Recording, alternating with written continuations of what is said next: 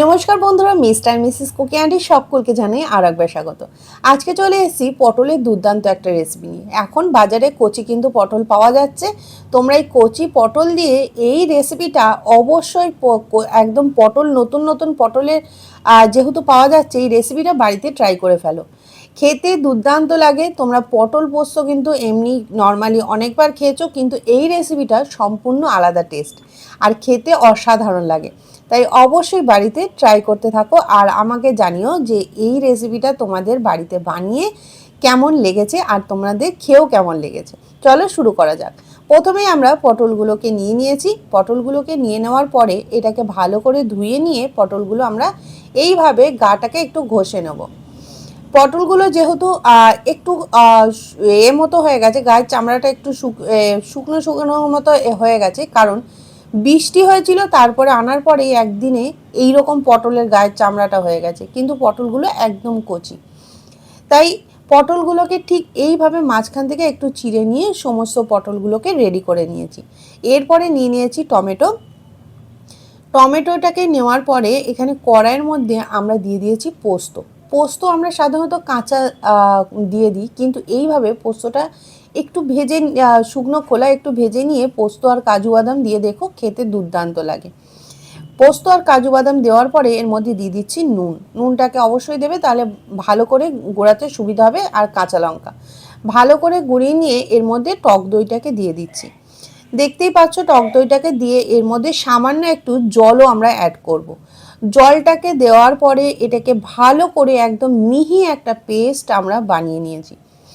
এরপরে আমরা কড়াইয়ের মধ্যে দিয়ে দিয়েছি সর্ষের তেল। এই রেসিপির জন্য অবশ্যই সর্ষের তেল ব্যবহার করবে। সর্ষের তেলটাকে দেওয়ার পরে আমরা পটলগুলোকে খুব ভালো করে ভেজে নেব। যেহেতু কচি পটল, এটা কিন্তু খুব একটা সময় লাগে না, তাই পটলগুলোকে একদম নরম হওয়া পর্যন্ত তোমরা এটা ভেজে নেবে। পটলগুলোকে ভালো করে আমরা ভেজে নিয়েছি। পটলগুলোকে একদম একটু নরম হয়ে গেছে, মানে আমরা 90% পটলগুলোকে ভেজেই নিয়েছি। এরপরে দিয়ে দিয়েছি কালো জিরে। কালো জিরেটাকে দিয়ে ভালো রকমভাবে ফোড়ন দিয়ে গন্ধটা বার হলে দিয়ে দিয়েছি টমেটো। টমেটোটাকে দেওয়ার পরে এটাকে আমরা দিয়ে দিচ্ছি এর ওপরে নুন স্বাদ মতো, কারণ আমি পোস্ততেও কিন্তু ওখানে দইয়ের মধ্যেও নুন দিয়েছিলাম, তাই সেটা বুঝে কিন্তু অবশ্যই এখানে নুনটা অ্যাড করবে। নুনটাকে দেওয়ার পরে একদম ছিটে ফোঁটা দিয়ে দিচ্ছি হলুদ। হলুদটাকে দেওয়ার পরে এটাকে ভালো করে মিশিয়ে দিচ্ছি, যাতে টমেটোগুলো খুব ভালো করে নরম হয়ে যায়। সেইভাবেই কিন্তু আমরা রান্নাটা এখানে করব। এরপরে এটাকে ভালো করে মিশিয়ে নিয়ে টমেটোগুলো গলে গেলে আমরা এখানে দিয়ে দেবো পটলগুলো। পটলগুলোকেও দিয়ে দিয়ে এই তেলের সাথে খুব ভালো করে মেশাতে থাকবো। পটলগুলো কিন্তু এমনিতেই অনেকটা নরম হয়ে গেছে, তাই পটলগুলোকে আমরা আরও 2 থেকে 3 মিনিট এটাকে একটু ভালো করে এই টমেটোর সাথে সমস্ত মশলার সাথে ভালো করে কষিয়ে নেব। এতে কি হবে, টেস্টটা খুব সুন্দর আসবে আর রান্নাটা আমাদের তাড়াতাড়ি হয়ে যাবে। আর ঝালের পরিমাণটা তোমরা যে যেরকম চাও সেই রকমভাবে ঝালটা দিতে পারো। এখানে ঝালের পরিমাণটা আমি একটু বেশি দিয়েছিলাম, তোমরা কিন্তু ঝালটা কমও রাখতে পারো। এরপরে যে দই আর পোস্তের পেস্টটা সেটাকে ঢেলে দিলাম। ঢেলে দেওয়ার পরে এটাকে একদম ভালো করে মিশিয়ে নিয়ে আমরা পটলগুলোকে ঢাকা দিয়ে এটাকে হতে দেবো। এটা ভালোভাবে ফুটে আসলেই বুঝতে পারবে কতটা সুন্দর একটা কালার চলে এসছে আর খুব ভালোভাবে সমস্ত পটলগুলো হয়ে গেছে আর টেস্টটাও অসাধারণ। তাই এখানে আমরা সমস্ত পটলগুলোকে আরও ভালো করে মিশিয়ে 2 থেকে 3 মিনিট মিশিয়ে দিয়ে ঢাকা দিয়ে রেখে দিলাম। একদম গ্যাসের আঁচটাকে লো টু মিডিয়ামে রেখে দেবে। রেখে দিয়ে দেখো কালারটা, দেখো কত সুন্দর তেল ছেড়ে দিয়েছে, ওপরে কালারটা দুর্দান্ত এসছে। এইভাবে তোমরা পটল দিয়ে এই দই পোস্ত দিয়ে এটা বানিয়ে নিতে পারো। এটা খেতে অসম্ভব ভালো হয়।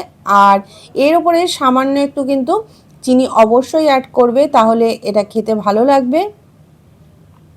যেহেতু এখানে দইটা অ্যাড করা হয়েছিল, তাই চিনিটা এখানে অবশ্যই অ্যাড করে দেবে। এটাকে ভালো করে মিশিয়ে দিলাম আর উপর থেকে দিয়ে দিলাম কাঁচা সর্ষের তেল। এই রান্নাতে কাঁচা সর্ষের তেলটা লাস্টে অবশ্যই তোমরা এখানে দিয়ে দেবে। আর এখানে চেরা কিছু কাঁচা লঙ্কা আমি অ্যাড করেছি। কাঁচা লঙ্কার যে ফ্লেভারটা এই পটলের রান্নাতে খুব সুন্দর আসে, তাই কাঁচা লঙ্কাটা দিয়ে এইভাবে ঢাকা দিয়ে আমরা বেশ কিছুক্ষণ রেখে দেবো। কিছুক্ষণ পরে দেখো এটা আমাদের একদম সম্পূর্ণভাবে হয়ে গেছে। আমরা পটলটাকে তুলে নিচ্ছি, তুলে নিয়ে একটা পাত্রের মধ্যে নিয়ে নেব। সমস্ত পটলটাই পাত্রের মধ্যে তুলে নিলাম। আর এটা তোমরা ভাত, রুটি যে কোনোর সাথেই কিন্তু পরিবেশন করতে পারো, বা পরোটা দিয়েও কিন্তু এটা খেতে পারো। পরোটা লুচির সাথে অসম্ভব ভালো হয়।